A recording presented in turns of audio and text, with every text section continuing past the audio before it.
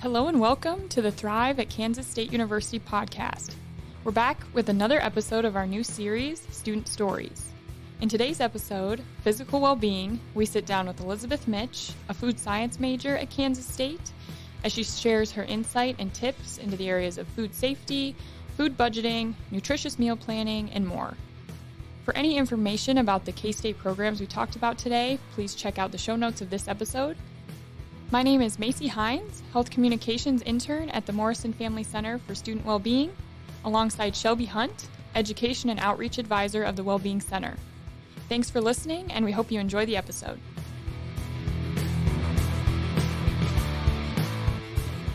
Round two. Yes. Okay, well, Liz, welcome to the podcast. You said first-time podcaster, so this should be a fun episode.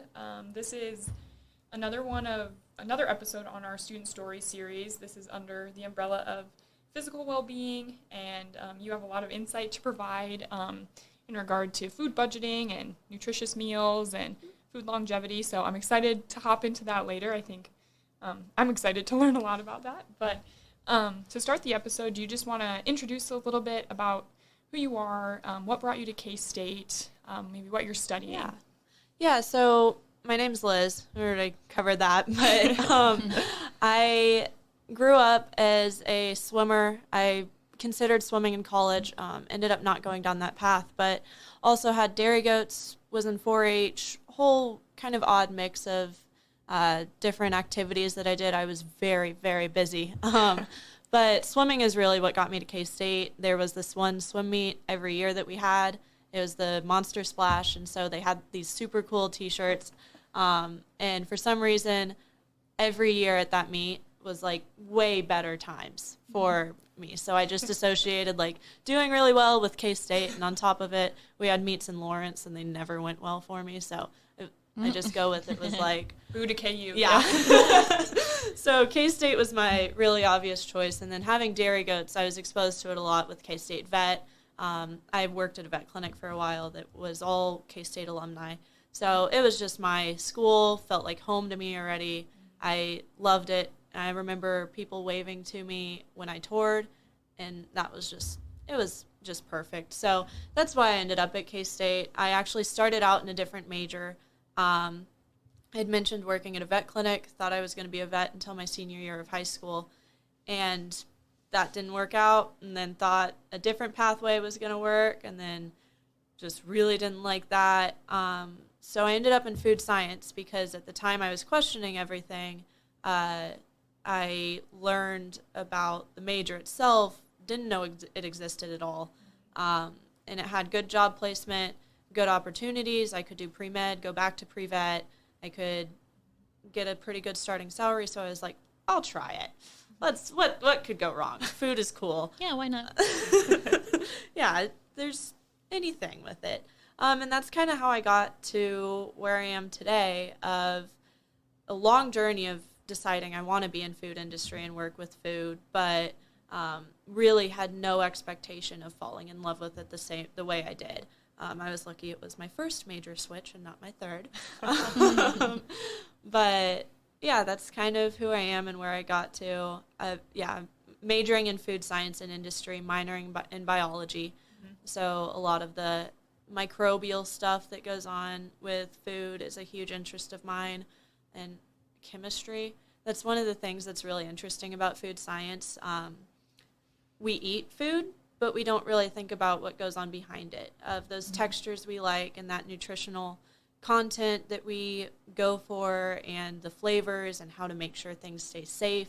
There's chemistry, there's biology, there's psychology with it too that you can go into. You can go into law with food science. You can go into, anything. It's kind of overwhelming sometimes, but it's a really exciting pathway to learn about, and I'm enjoying it. Yeah, that's awesome. I didn't realize there were so many opportunities in that major. Do you have any idea what you're wanting to do afterwards, or are you kind of just figuring that out? I'm kind of just figuring that out. I'm working on different internship opportunities right now, but For a while, I wanted to do medicine with it, and I was really interested in allergy and immunology since we learn a lot about chemistry and different allergens or something we're talking about constantly because we're always adding more to that list. But again, I tend to take pretty drastic turns with things. So now I'm actually interested in research and development of new foods, or maybe food safety, or a mix of both. And more specifically, like coffee or chocolate. Well, okay. So, yeah, I would smell good coming home from work every day. So that's a plus. And free samples of coffee and chocolate sounds great to me. Yeah. Oh, I'd love to pick your brain about the food science of coffee sometime. We'll see if we get into that. Yeah. If not, for another time. But when do you graduate also? It'll be hopefully next May is what I'm shooting for. So about another year? About another year. Okay. Yep. So I guess under this umbrella of physical well-being, do you kind of want to describe, I guess in relation to like nutrition, food science, how you personally define physical well-being, or like what it looks like to you in maybe regard to this food science, nutrition side of things? Yeah, so I grew up, I mentioned swimming. I actually got interested in nutrition because I had a lot of trouble at swim meets with eating. And actually practices as well. I think I could have been a much better swimmer had I learned more about it and what actually works for me, because like I had this thing, I lived off of multigrain Cheerios and Gatorade Energy Chews at swim meets for 3 days. Not at all nutritious or good for refueling my body for, I think the most races I swam in one weekend was 12 or 14, something like that. So cannot live off of energy chews and multigrain Cheerios with that. Oh, so, that gives me a tummy ache talking about it. Yeah. So I learned a lot about trying to, and I mean, even eating on top of that was just difficult at swim meets. So that was how I got interested in nutrition, because I was looking for ways that I wouldn't get sick, because I did have an issue with that during races. And then with being a swimmer, the mental aspect of well-being was always very important, because it's races and competing. There's a very significant impact with where your head is. Absolutely. And then physical well-being, everything always tied in with nutrition for me. I would do really well if I were eating well, and physically and mentally I would be doing better if I wasn't hungry. I suffer severe hangry. Yeah. It's real. It's a real thing. Yes. I sometimes feel like a completely different person when I'm hangry. But that's okay. So that was how I got interested in all of it. But I think acknowledging your nutrition, and not even in like nutritious food, but just in general, how you're eating and how you're taking care of your body. I mean, if we want it to run properly, and even your mind, you have to take care of that first thing of what you're putting into your body. And swimming was what taught me that, but that's what built my view on nutritional well-being. Yeah, I remember in high school too, like everyone kind of did that energy chew phase or whatever.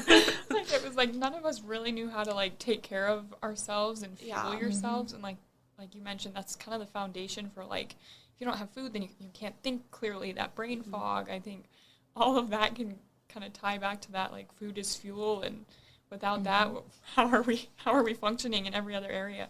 Yeah. Yeah, I think it's really relatable. Like the swimming bit, because I swim, I'm a triathlete, the running bit, cool. right? And like learning what fuels work for you that like don't work for your friends, or what your friends are like, you should try this. And then you try it and you're like, that run felt like garbage. Yeah. Right? Yeah. You know, and not wanting to like just live off of sugar for like a 4-hour run. You're like, how do I mix this up? Yeah. And still be able to function. So That's what you mentioned, like what works for your friends won't work for you. My worst experience was with peanut butter. Oh. Quickly found out I could not eat peanut butter anywhere near working out, like a 5 or 6 hour window. I was super hungry, and I used to just eat like scoops of peanut butter when I was hungry. So I was like, okay, I know I can't eat like toast for some reason. That makes me sick when I race. Like, I went through all my things, so I was like, okay, scoop of peanut butter. I'll be full. It has some amount of nutrients that I need, right? And I actually threw up in the middle of one of my races that night.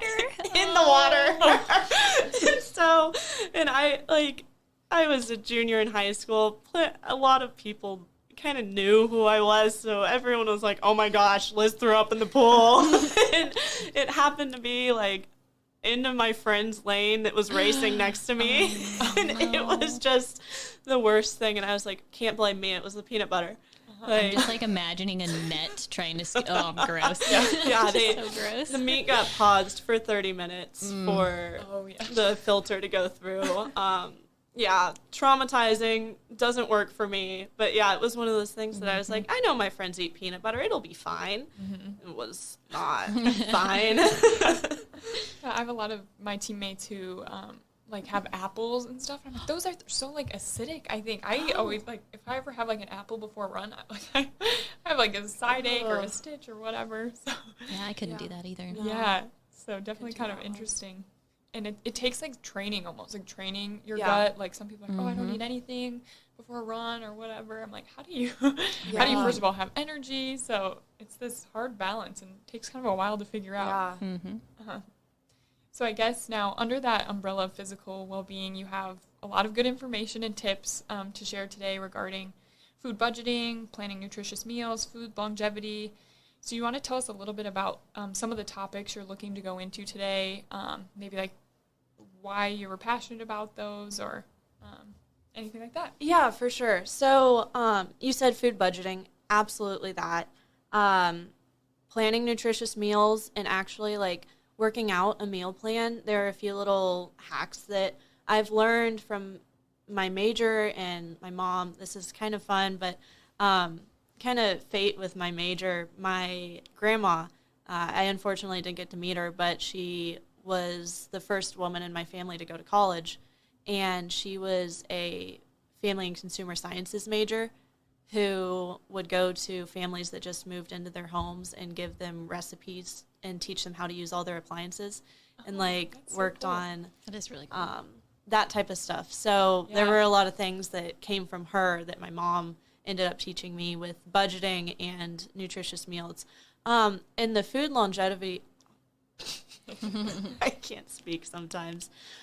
Food longevity is really interesting from my perspective, and I'll definitely speak on that a little bit later, because there are a lot of things that we can control to make our food last a lot longer. Like my thing I'm very proud of is I can usually get strawberries to last about a week and a half in my fridge, which is typically a little bit longer than I think is normal. Yeah. And there are a few little ways that I do that. But yeah, that's kind of where I see our conversation going on my end.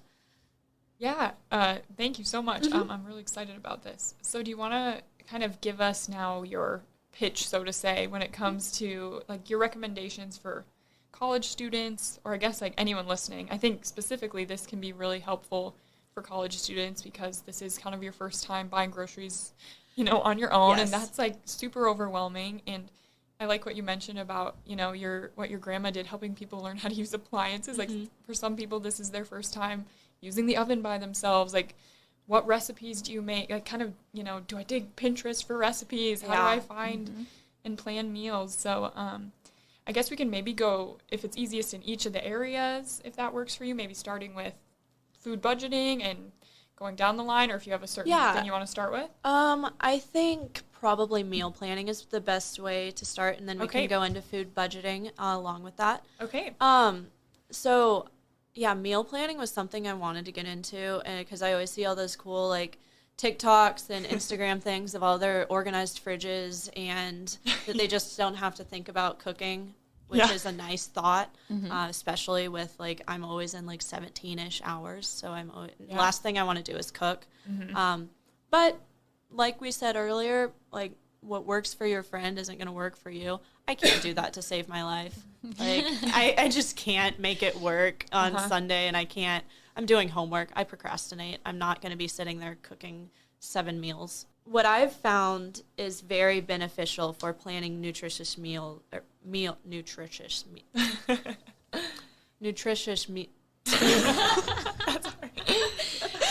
nutritious, I can't say it. Yep. Planning meals. Healthful meals. Healthful meals. That's a, Healthful meals. I usually pick out 1 or 2 meals a week that I really am looking forward to eating. Mm-hmm. And then find the ingredients for that and figure out ways to use those leftovers and either directly from that meal or use the leftover ingredients. Because, like, one of my common meals I make usually has something with chicken. My friend and I nickname it protein veggie starch. So I'll make some, like last night was barbecue chicken, roasted broccoli, and rice. In order to get that chicken, what was on sale at Dillon's was 5 chicken breasts, and that just seems daunting and like way too much chicken for me. Mm-hmm. So I will have the barbecue chicken for dinner last night, and I'll make 1 or 2 extra servings of it, and I'll either chop it up and put it on a salad, or I'll freeze it, or use it in, what's another one? I use it in like mac and cheese sometimes. And so you can figure out how to use those leftovers as other components of meals, because I hate eating the same thing over and over again. Like, there are very few meals I can do that with. So that would be my first tip, of finding something you're really looking forward to eating. That way you satisfy that mental hunger along with that physical hunger, because otherwise you're not going to be happy eating if you're not eating something you want to be. Yeah. So that would be my first tip, of find something you want to eat and then look at what you're going to use to make it, and figure out different ways to use it throughout the week. Like, I'm also going to use, I bought 3 heads of broccoli and I only cooked 1. So I'll probably make a chicken lo mein, and that way I can use some of the chicken I didn't use, and that way I can use extra broccoli. Yeah. So there are ways to get multiple meals out of a few groceries at the store, and that also helps cut down on cost a lot. Yeah. Yep. Yeah. The other thing I do for meal planning, that's my main tactic of meal planning. If I'm feeling really on top of it for the week, I'll actually go and look at Dillon's and see what's on sale. That's a really nice way to cut down on cost for groceries, and especially you get those fuel points. Love the Dillon's fuel points. Yeah, and I'll get into this a little bit more later, but the different stores, like shopping at Walmart, Dillon's, and Aldi's, and Hy-Vee. Hy-Vee is really cool. I have a special place for Hy-Vee because of my job. They support a lot of local businesses, which is cool. I didn't know that until I got my job that I currently have. But you can actually, if you have to, I don't have time to split up where I shop, so I kind of use Dillon's as my go-to. But if you have time to split up where you shop, that's a really easy way to save a lot of money, because they have different requirements for their products. But anyway, the picking out your meals is the biggest thing. And then on top of that, not being afraid of frozen foods and canned foods. There kind of seems to be a misconception of those foods being bad.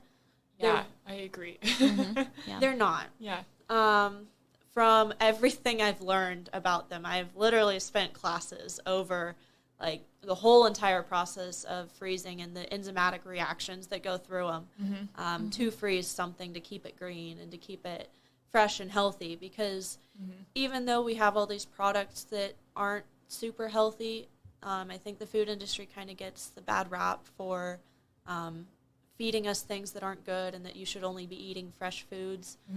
The food industry's goal, really, through all the classes I've taken, is really to figure out how to provide the most nutrition with the freshest ingredients while keeping it safe and accessible, which is why we have those frozen foods and those canned foods, is that's really the most accessible and safest way to get extra nutrition out there. I'm not saying Oreos are good for you, but But that's really the reason we have those products. So your frozen chicken, it's really not going to be any worse than buying fresh chicken. And you might, depending on what works for you, like I'll buy the fresh chicken breast and pull out 3, I think they come in like packs of 3 to 6. Yeah. And so I'll pull out 3 of them and use those for the week, and I'll freeze the other 3 or 2 so I can use them later on, maybe when I need to work on a little bit of a tighter budget for groceries, or I just don't have time to go get groceries. Yeah. That way I have something to fall back on. And like longevity with that too. I think like some people probably can't go to the grocery store maybe every week depending on their job or whatever. So it's like if I can't, or if you live, you know, in the country, you're like, I might not be able to go to the grocery store for 3 weeks. Yeah. I can't buy, you know, chicken and leave it in the fridge for 3 weeks, Right. you know, if Yes. it's not frozen. So, and same with vegetables, fruit, whatever. I'm sure that's a good piece of making your groceries last longer too. Yeah. So. Yeah, for sure. And you just mentioned like vegetables and the frozen vegetables. One of the things I kind of forgot to mention that I was going to of, along with meal planning, figuring out nutritious meals, figuring out ways that you like to eat your vegetables and fruits.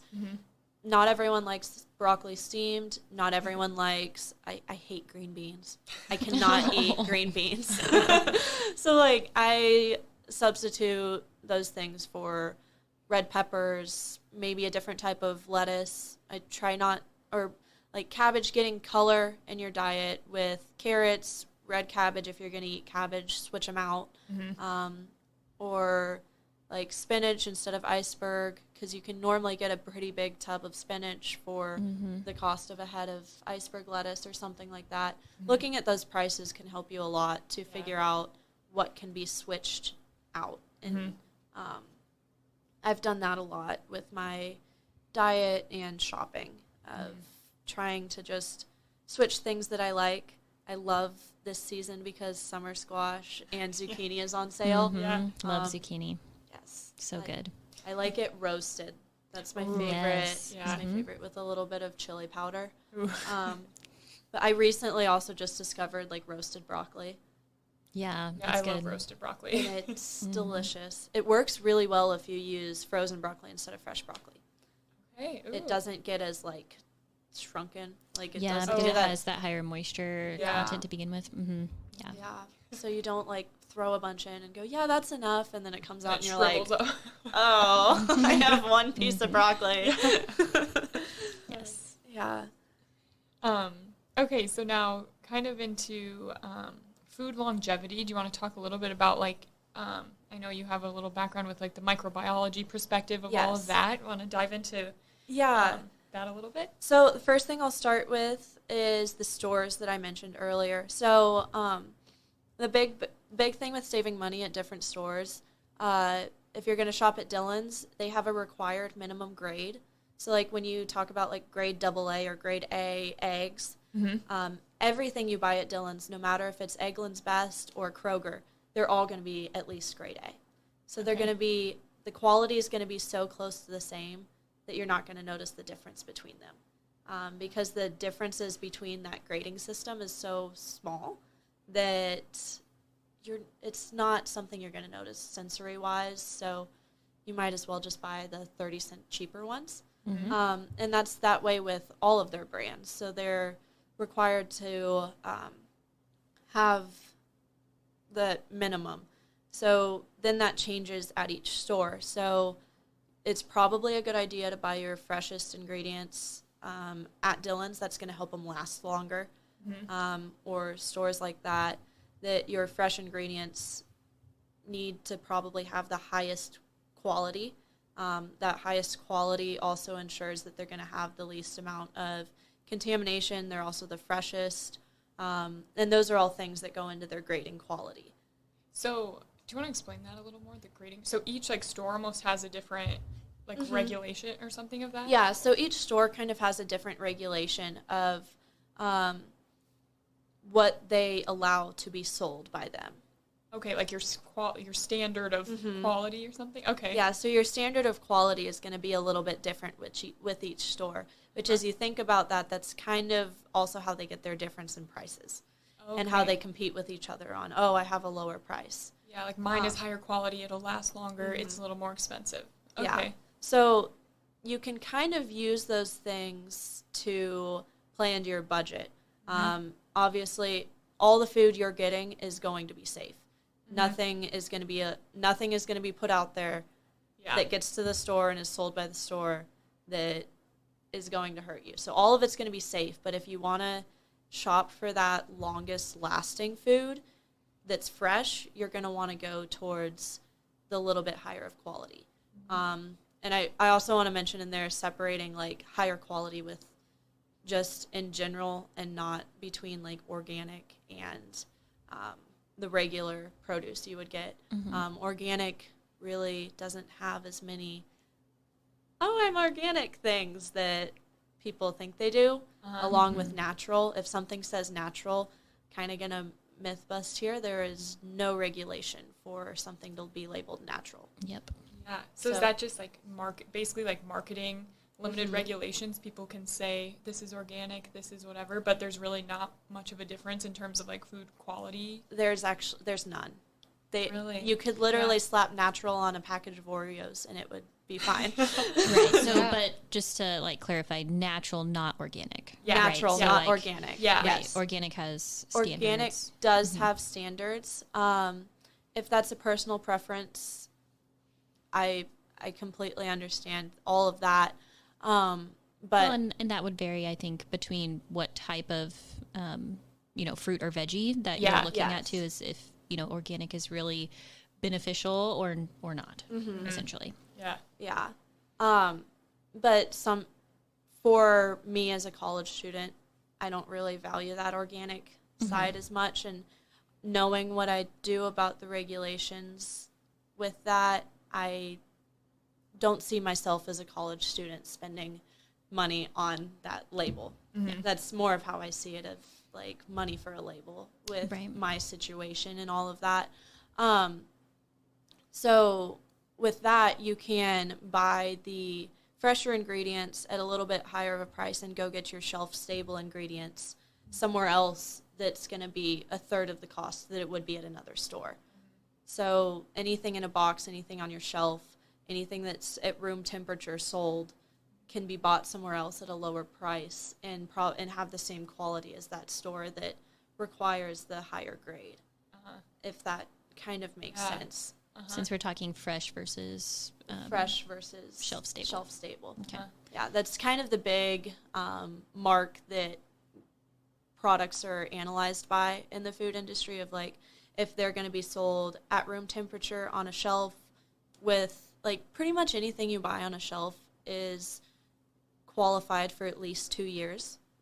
And so if it's going to make that qualification or not is kind of how foods are divided in the big industry world, which is kind of an interesting thing to think about. But how are you able to find out maybe what stores have what their grading system looks like? Is that you could always look it up. I'm sure it's somewhere in their fine print of something.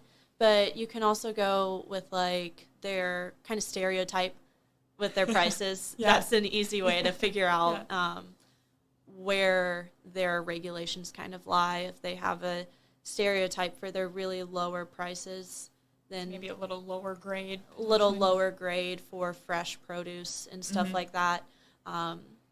They're probably going to have really good quality shelf-stable products at a much lower price, and maybe a much lower price for the lower quality fresh ingredients. So that's kind of a fun way to play with your budget if you have time to go to different stores. Right. But like just to, I guess, circle back, just because it's lower quality and cheaper doesn't necessarily mean it's not safe or good, right? So like if you know you're going to cook it in the next 2 days, you're like, why not save $1 or so? Yeah. Okay. Yeah, and like you mentioned, everything that's a on the big point. shelf. Yeah, sorry, I should have circled back to that, but thank you for mentioning that again. It's absolutely safe, and if you know you're going to use it within the next few days, it would be a perfect solution for saving money and getting that same food at a better price. Yeah. that's good to think about with like how often or frequently you grocery shop. If I like shop every 2 to 3 days, then it's like, oh, I'm maybe better off going to somewhere that has the lower prices, lower grade, because I don't need it to last maybe as long or have that higher thing. But obviously, like you said, everything on the shelf is safe and good quality to use. But then if you're someone who can't go to the grocery store as often, maybe the higher grade, longer lasting type of stores. So yeah, exactly. But then after we get home from the grocery store, then that's when we get into all of the things that are in our control. Preservation. From home, yeah. Yes, this is where I'm really interested to hear about this. So my favorite class was food microbiology. But at the same time, I've never been more paranoid in a semester. It is so weird to think about. So it honestly it's a fairly simple concept of anything you touch is going to contaminate something. So you want to wash your hands as much as possible. Yeah. And you want to cook everything to the temperature it's supposed to be. And that's as simple as it's going to be. But it can really freak you out when you start learning about all the different microorganisms and what they can do to you. I have a perfect example, and I'm going to throw my partner under the bus. But he doesn't listen to podcasts, so it doesn't really matter. Okay. We go to the grocery store, and he wants to put, like, all of the fruits and veggies on one side of the, like the small cart where you have the top and the bottom, right? So, and then on the left side of the top, right, the veggies are on the right. He puts the chicken, and I'm like, what are you doing? And he's like, oh, I've always done it that way. Oh, my. That's why the baggers bag them separately. Yes. I'm like, let's put that on the bottom. Yeah. I know. That's. What do you think about, like, I think you'll probably have an obvious answer to this, but, some people are like, oh, you don't need to wash your fruit and vegetables. It's already, like, probably, like, a bag of carrots is already washed at the store. Like, you don't need to rinse your apple or whatever. It's never going to hurt rinsing them. Yeah. It's never going to hurt. One thing, do not rinse your meats. Yeah. I've heard of people doing that, and I had to learn about it in my class. It's actually unsafe for the reason of the water bouncing off of your meat that you're rinsing is holding those microorganisms that were on the meat and spraying everywhere. So essentially, like, a little aerosol, not aerosol. I know that's for a different phrase, but it's like getting on your counter or like on your shirt or something. Exactly. Okay. Yeah. And the microorganisms associated with food are all typically cross-contact transfers. So you're going to have to touch something and then touch something else, and that can transfer them. Yeah. And then along with that, touching your nose, your mouth, all of that, anything with any kind of watery substance is how you're going to get yourself sick from your food. And I did get food poisoning from cleaning my fridge from my roommates last year. Oh my gosh. Yes, it was terrible. I had to pull out watermelon that I didn't even know it was watermelon. I think it had been in our fridge for 4 months. So it was just like a moldy slush of pink. It was the most disgusting thing in the world.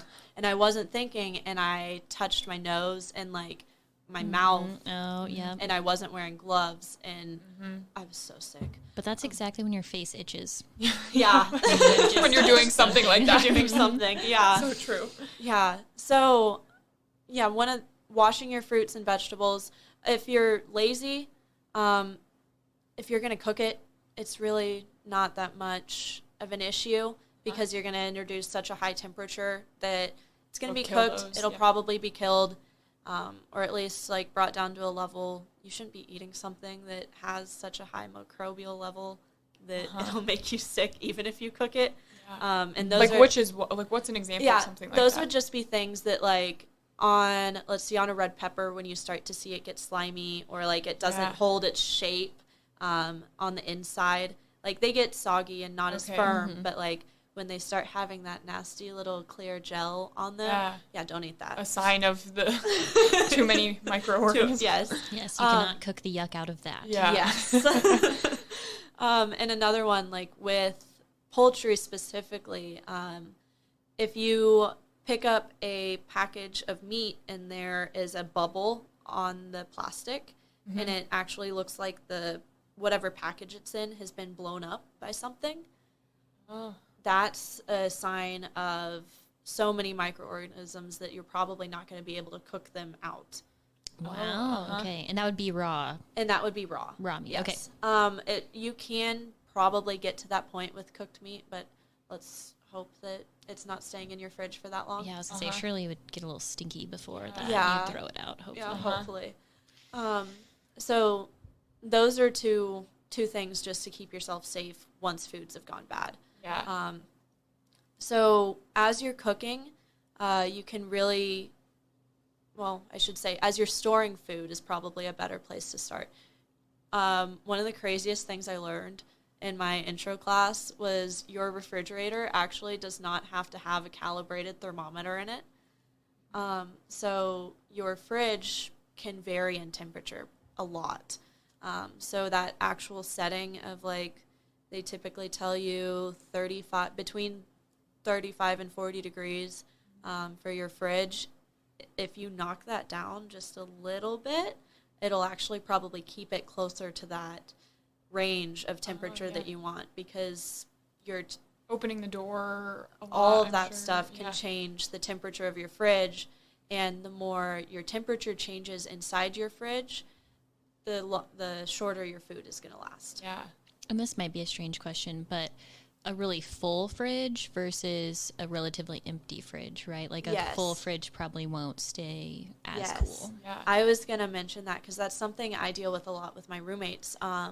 And we've actually like talked about things with fridge storage, because overpacking a fridge and a freezer can cause some really detrimental issues with, food safety just up front. Because at that point you're probably going to get your raw meats close to your fresh veggies that you might eat raw.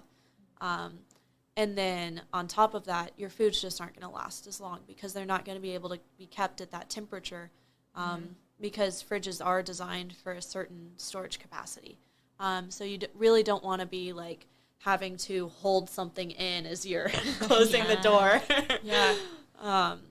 And that's a great way to help your food last longer, is not overpacking your fridge. It might mean going to the grocery store more and using like what you mentioned, and like if you're shopping more, you can maybe save money on those groceries at those other locations.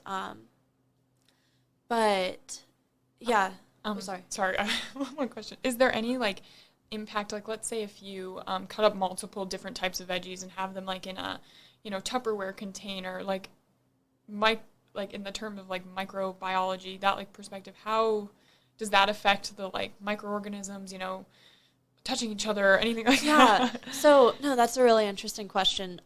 With respect to like microorganisms in products, everything's kind of grouped on meats, fruits and veggies, dairy. Okay, yeah. And that's kind of how you can, in your mind, divide your fridge, honestly, along with that of like, going to dedicate this spot to meat, this spot to fruits and veggies, and this spot to dairy, because the microorganisms that affect each, they all kind of relatively remain in that category, instead of like, my pepper is going to have something different than my carrots. As long as they're pretty close to the same freshness level, they're not going to like infect the other one. Yeah. Which is another thing. If you have something that's going bad in your fridge, specifically fruits and veggies, they actually release a hormone that causes the rest of them to go bad. So if you keep things in individual like Ziploc bags once they've been cut, or like what I usually do is just twist up the bags that I get my produce in and just make sure they're relatively airtight and keep them in their own little area. And once I start to use them, I make sure that they're in an airtight bag, so as they start to go bad, they're not going to like ruin the rest. Yeah, they're not going to like cheese touch infect the rest of it. Yeah. And to bounce off of that as well, about putting, dairy in one spot and meats on the other and your veggies, like where do you suggest putting those in your fridge, right? Like probably have your meats kind of at the bottom, right? Yes. The way I think about it is what's going to leak. Yeah. Where do I need to be concerned if it's going to leak? So I unfortunately have the top shelf in my fridge. Okay. So that roommates, means, you have to split a little bit. You have to kind of strategize where or how it's going to be divided. But yes, meats on the bottom shelf is typically what's recommended.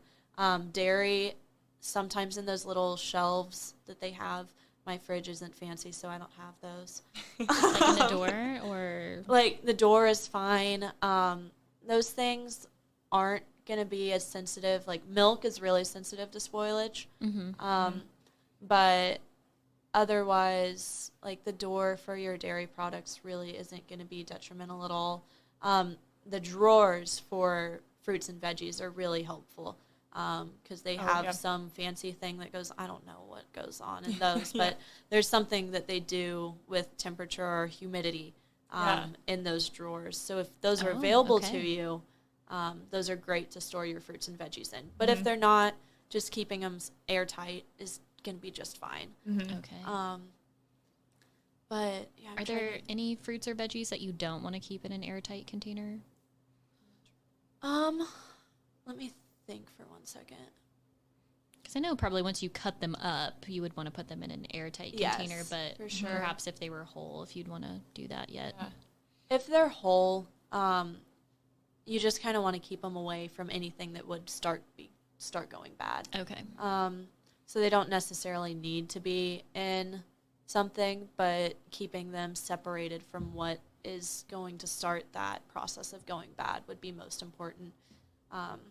Because they really do this little like, oh, I'm going bad, now everyone's going to go bad thing. The one bad apple ruins the bunch is actually a thing. I always notice that with my bananas. Yeah. I'll have one banana and I'll move it to like the other side of the kitchen, and then I come back later and my partner's like moved it back to the other bananas, and I'm like, no, I strategically moved this banana away. Yeah. You can tell them it's science. Yes. Yeah. Yeah. Is there anything else in terms of like storing food outside of the fridge? Like any maybe tips with that? Like tomatoes or, bananas, like you said, any tips of like how to preserve things longer in a maybe room temperature setting?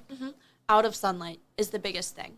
Okay, yeah. Out of direct sunlight, because like your fresh products that you keep on the countertop, like your bananas, tomatoes, probably oranges, other things like that, they ripen in the sun. So the more direct sunlight they have, or more just they're sensitive and they like their UV rays. So the more exposure that they have to light, because that's how they ripen when they're on the tree or when they're growing, they're going to speed up that ripening process and go bad faster. But otherwise, like I get around that by, I have a little paper sack that I keep sometimes. Oh, yeah. And I put them in that brown paper bag. Hope that it doesn't get thrown away by my roommates. But otherwise, like you can keep them in the cabinet. Just out of sunlight is the easiest way to keep them from going bad faster. Do you think it's like important to constantly be like wiping down surfaces that you're having your foods on? Because even I think of like in my pantry or cupboard, fridge, like how often should you maybe be doing that? Because I'm sure the bacteria that can be, put on even just like your bread if you store it in, something or anything like that. I was actually going to mention that, like coming up with surface contamination. Creepiest thing is most of the time it's your hands, which is why it's so important to wash your hands. And the other thing I'm going to mention on that, with most people getting foodborne illness, with the most typical, I got food poisoning. Food poisoning can really happen anytime between eating the food and like 48 hours later. Yep. So it's not always the last food that you ate. If it was the last food that you ate, it's most likely a staph infection, which I say staph infection, it's usually associated with skin, but you can actually consume it and it'll make you sick. And that's that really awful food poisoning that you get like an hour after you eat food. That comes from our noses and our skin and our hair and our nails. So that's one of those things that as we think about how much we touch those, and then when we just go and touch our food, if we've let that if you've like picked your nose and then like cut something, just a very dramatic example, and then you go and cut something and you don't put it back in the fridge and it sits there for an hour. Or 3 hours is typically the limit that you want to let something that should be refrigerated out. Then you're kind of running the risk of getting yourself really, really sick. And that's that really awful thing. So we're carriers for most of those foodborne illnesses, which just makes you feel disgusting. But you're not. It's everybody. Yeah. But it's a really odd thought. So thinking about washing your hands every time you're touching your food is going to decrease that first step of keeping your food lasting longer and keeping yourself safe from any illness is just washing your hands. And I know we've all heard that so much with the COVID pandemic. It works. Yeah. And then on top of that, surfaces. So you just want to make sure cleaning them, it's always going to help. I run out of time, and I'm honestly kind of lazy. So, like, cleaning my spice counter surfaces, I don't really do that. But it will never hurt. But the surfaces you want to be really concerned about are the ones that are going to have different foods on them. So, like, my countertop, I cut chicken, I cut vegetables, I make my breakfast on it. Sometimes my roommate throws just a piece of bread on there to get her toast ready. So you want to be concerned with making sure you're not cross-contaminating types of foods. So going back to that dairy, meat, fruits and veggies, you want to probably deal with your fruits and veggies first, since they're all sensitive to their microbiology around them. They like to pick everything up and they like to transfer everything. So you want to probably deal with those first and then put them away, since those are also the area of foods that we usually eat fresh. They're not going to go through any cooking. They're not going to go through some type of super acidic, like lemon juice treatment, whatever. So those are going to carry the things that will make us sick if we introduce them to that. So like you don't want to go cut chicken or cut beef and then cut a pepper and then eat the pepper. I'll have a stroke if I see someone do that. So washing down your countertops, washing your hands, using different utensils, cutting boards. That's another really big thing. Wooden cutting boards probably shouldn't be used for meat because, like we talked about the water spreading everything. Kind of like soaking into the wood. It soaks into the wood, yes.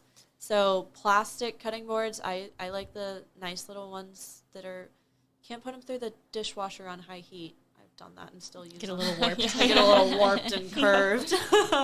But those are great for making sure that you're not cross-contaminating your other things, because plastic isn't going to generally transfer that stuff as long as you're washing it between.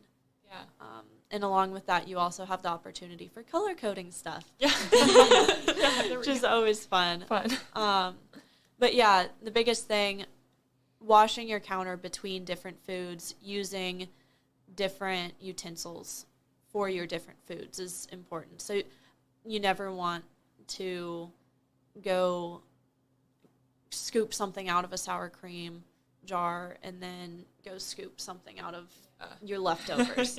It's going to introduce new stuff to your leftovers. So just being ready to use new utensils, washing your hands, and all of that can make everything last longer and keep yourself safe. That's the bigger emphasis, on keeping yourself safe. At the end of the day, you can survive losing $3 on a pepper, but you don't want to risk E. coli. Right. So probably a big no-no when it comes to, like, sharing food with people. Like, or, like, you know, finger foods, like popcorn or something. Ooh, like, that's probably, I'm sure you have, like, a lot of paranoia with that. And it's, like, food service. I'm sure that's, like. Oh, yeah. My major, it's one of the worst ones for getting paranoia. I love it. It's super fun, but sometimes I just want to go eat and not worry about what's going on in the kitchen. But yeah, I mean, there are always ways to get around it. If you're going to be eating with your friends out of a popcorn bowl, you don't always want to be the like vibe check of, oh, I'm not going to do that. I'm going to get a staph infection. You can just all wash your hands. Yeah. And there are ways around it that you can make safe. Washing your hands is just the basically biggest the big thing. big takeaway. Yeah. When in doubt, just wash them. Yeah.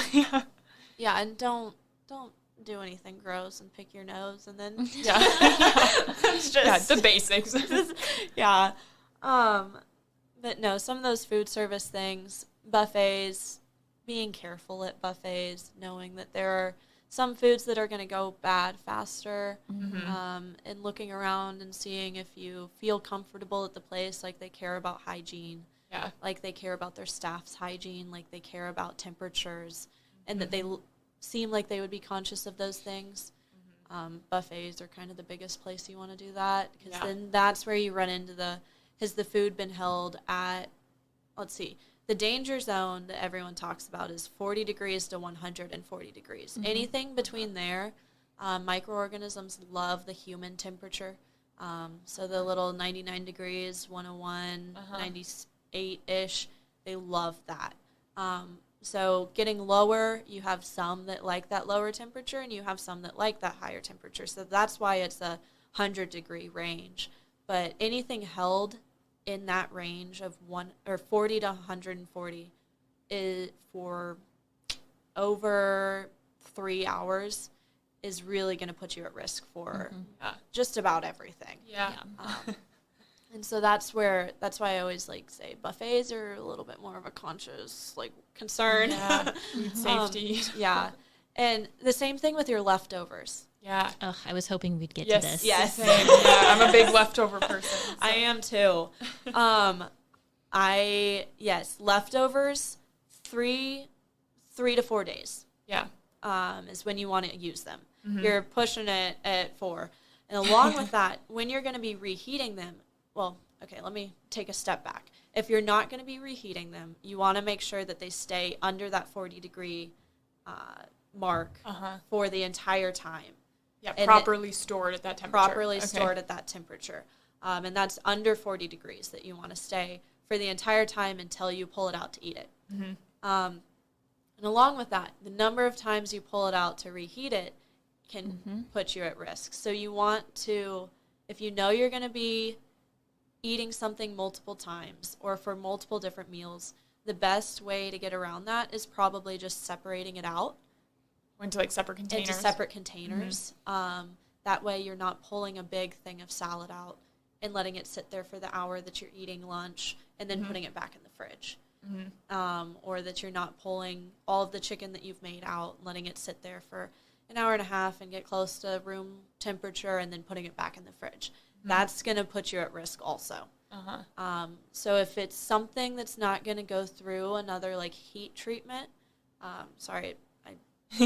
cooking or anything like that, you want to make sure it stays under that 40 degrees for the entire time since you've made it to when you're eating it. It's not necessarily going to kill you. You just might like not feel good, which is typically something you want to avoid. But on the flip side of that, with foods that you're going to be reheating, like soups or like Hamburger Helper or anything like that, you want to actually get it above 165 degrees, which... Just like when you're cooking chicken or whatever else, you do that with your leftovers. You do that with your leftovers. And so the difference there is some of those meats you can get away with like 145 is like fish, 165 is ground beef.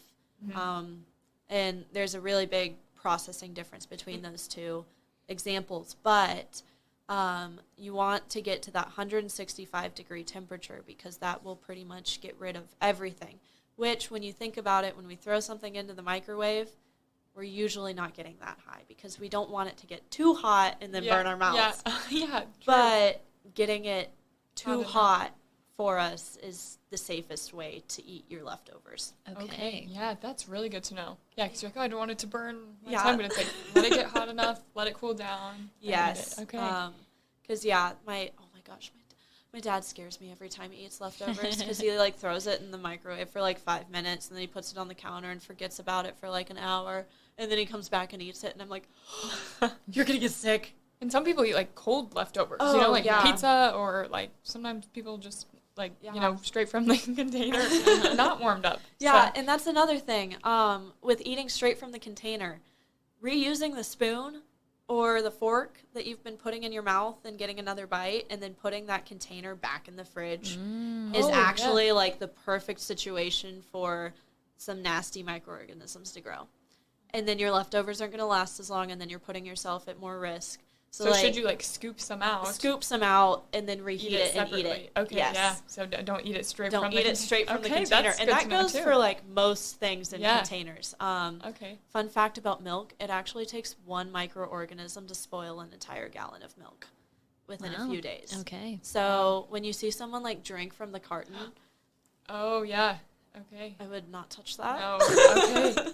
Yeah.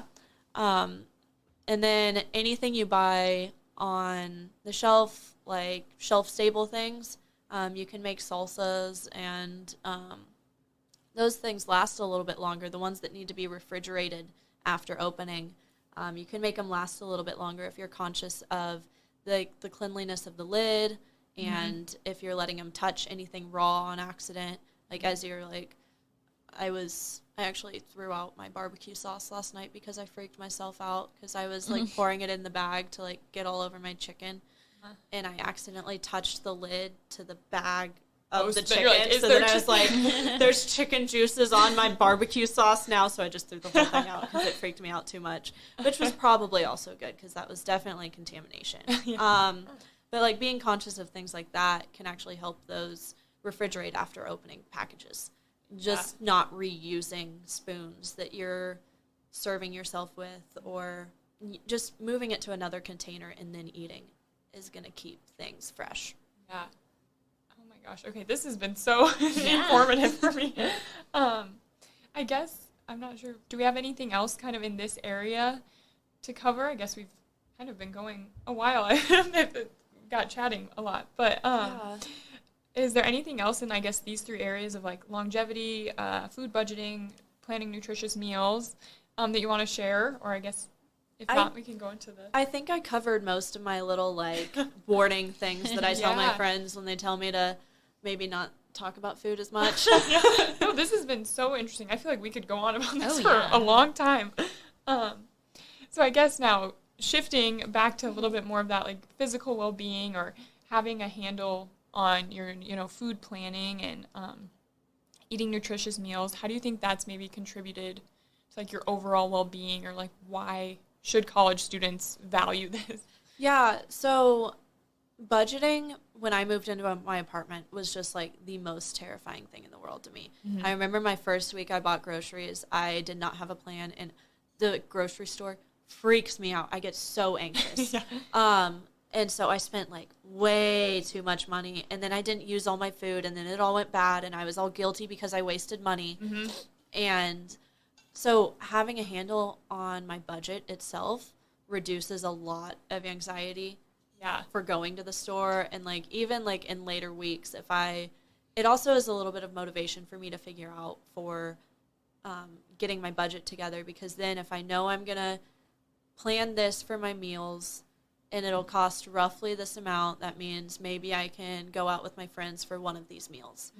And so I can kind of play that entire social, mental, like, reduce anxiety, maybe give myself a positive interaction with friends and food and all of that. And then on top of that, if I pay attention to those meals I'm making at home, I'm going to help myself physically. So it's really helped all areas of my well-being in life, of if I pay attention to this one thing for however long it takes me. Sometimes I use recipes from Pinterest, or sometimes I use old recipes. Sometimes I just go on a whim and go, oh, that looks good. And however long that hour and a half, 2 hours takes me to figure out, it's going to help me later in the week to reduce something. And then also, like I mentioned, figuring out whatever meal I really want to make it's kind of a relaxing, like, fun thing for me in the middle of the week. And I usually plan that meal when I know I'm going to have time to make it so I can enjoy making it, because I enjoy cooking a lot. So it's turned into something I relax with. So I actually take my break from homework to cook, and it is helps me reset a little bit. And it's a nice way to figure out the rest of the mental aspects of college.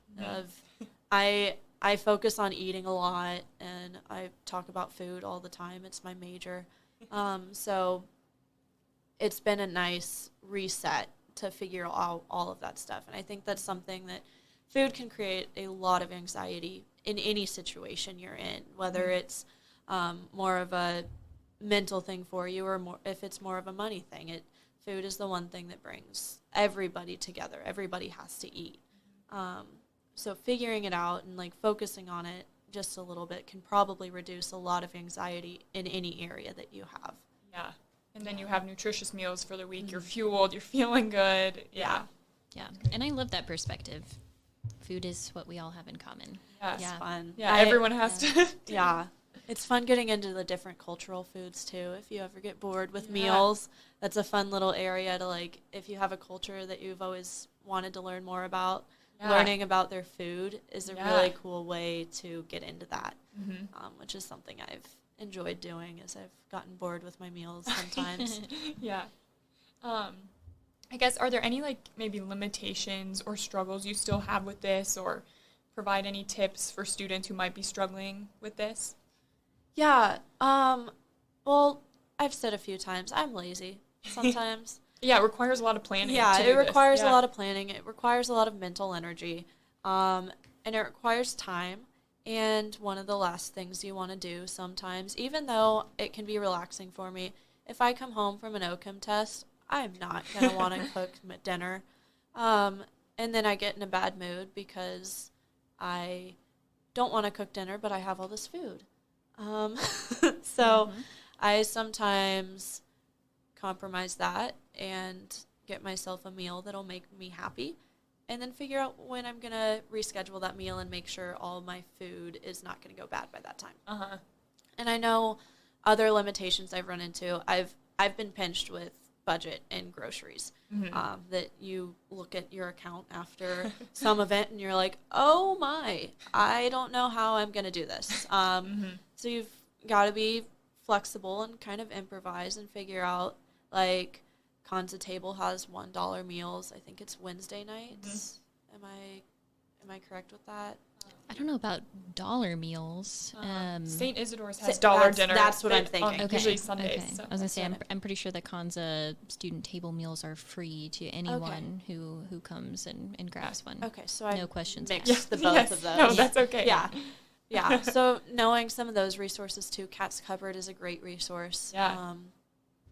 And then I'm not sure what the requirements to go to the bread basket are, but, like, those resources with budgeting, you should never worry about those. That's why they're there. Yeah. And I know that's a big concern for a lot of college students, of how do I eat healthy with those budgeting issues? Yeah. Or not issues, troubles. And those resources of the Conza Table and the dollar dinners at St. Isidore's. There you go. I got them straight that time. Those are very good to know and supposed to be utilized. Yeah. Good resources if you're struggling in those areas. Yes. And I think time is the other challenge, but as college students, we're all out of time. Yeah. Somehow we all figure it out. We're all out of time. I've kind of gotten around that sometimes. Sometimes I'm good about it. Sometimes I'm not, with deciding what time I'm actually going to do things. Yeah. I have to schedule things out, and that's just me. It doesn't work for everybody, but there's got to be flexibility. It's not always going to be perfect. Give yourself some grace if the meal planning, you didn't have time to get it done this week, or you can get back on the wagon. So the beginning of the week does not need to be Sunday. It can be Wednesday. Yeah, exactly. Yeah. So I guess before we have a little fun question for you at the end, but so before we kind of get into that, do you have any main tips or takeaways for students in this, I guess, aspect of food safety, food planning? I know probably the big one was washing your hands. That's my major takeaway. But anything else, kind of your main things you hope people get out of this? Wash your hands. Yes. Be careful with cross-contamination between surfaces and between foods. Surface can include a spoon or a knife too. It's not just like your countertop. And then on top of that, don't be afraid of shopping in different locations and using those little things that go on in the background of the industry with brands and regulations to your advantage for budgets. You can kind of weasel your way around it and save some money. Everything that you're going to be buying is going to be safe for you to consume. But other than that, no, food should be fun. Yeah. Food should be fun and safe. Yes, use it safely. This is for your health, people. Yeah. Keep everyone from getting sick. Yes. So one thing that we've asked all of our guests on the podcast so far. You did not get this on the pre-script, so this is a little bit of a fireball question. But favorite restaurant in Manhattan? Ooh. Oh my. Shelby, you can share yours too. Yeah. If you have one you'd like to share. Oh. Why should I go first? Gosh, that's hard. I don't. It can also be a favorite like dish. Like one of mine is the mac and cheese from Blue Stem. I've never tried that. I am a little bit Have to lactose try. intolerant, so Yes, it'll me have to be a too, day I so decide I I won't. don't Yeah. want to do anything else. Yeah, okay, got it. Okay, well, if you go to Tallgrass Tap House, I'm not going to say they're my favorite restaurant because that I don't necessarily think that's the case, but they have one thing on their menu that I will always get. It's actually an appetizer, but I get it for my meal. It's like pork lettuce wraps, and it has like pickled carrots, which I don't know if people like pickled things. Like it just sounds scary and gross, but it is delicious. So Oh pork. my gosh. It's like pork lettuce wraps. Pork lettuce wraps. They're Okay. so Ooh, good. Those sound good. Yeah. Yeah. Okay, well, I'm going to try that. Yeah. Okay. House also has good soft pretzels. I'm Ooh, gotta really? plug those too. Okay. I love. So I always run into an issue with picking out my favorite food or restaurant because I go by like categories of food. So like, oh yeah, like Mexican food Yes. or you wanting my favorite place to go is the taco truck. Hold on. Oh, is it Frida's? It's not Is Frida's. it no, is it's it like the by- orange one? It's the orange one. Oh, I don't know the name of it, but Um, I've been there like only during the summer a few never times. gone. Oh, I love it. It's like authentic. It's so good. So good. Their tamales are amazing. is that the Their one? tacos are so good. That's on McCall, or is the one on Tuttle? It's on Tuttle. Tuttle. Yep. Okay. Yeah, it's like Okay. orange, bright orange. Yeah, I think okay, they're- that is very yeah, good. Yep. that's my favorite I've one. never been, but I've wanted to go. Yeah. Go. We'll see if we they're can so find the good. name. We'll link it in the show notes because yes, I'm not sure. yes. Yeah. I don't know what it's called, but It's the orange truck. yes, on orange Tuttle truck Creek. on Tuttle Creek. Yes. Everyone go They're there. super nice. I love Yeah. the people that work there. They're so nice. Yeah. Well, Liz, thank you so much for being here on the episode today. This was super informative and really at least informational for me, Yes. and I think it definitely will be for many other people and college students who listen. So also go check out the K-State Food Science program. Yeah. Seriously. On top of that, we are a fairly small major and always wanting more people to join us. Yeah. So yeah, we have a lot of things other than our ice cream. I'll plug Call Hall Dairy Bar on top of it Oh, too. yes. Yep, plug They have for Call. breakfast now. You can Oh, get breakfast. 75 let's see, my favorite little thing right now, because I go there too much, so I've needed to cut back. But I get a single dry biscuit, and I put jelly on it for 75 cents. Wow. So if Ooh, you want okay. breakfast, Yeah. Okay. they also have other good breakfast items that are a little bit more, but still very, very reasonable for breakfast foods. And they also have burgers and fries and like cold cut sandwiches that are delicious. Wow, I'll have to okay. check them out. Yeah, I didn't know that. I thought it was just If you want just a basket of fries, those are $1 too. Okay. So. Oh my gosh, yeah. There we go. Keep on with the food budgeting as well. Yep. Yeah. So, well, yes, thank you so much for joining us, Liz. Course. This was awesome to have you here today, but I don't know if, Shelby, if anyone has any final thoughts? No, If not, I enjoyed it. Yeah. This was good. Thank you for having me. Yes, absolutely.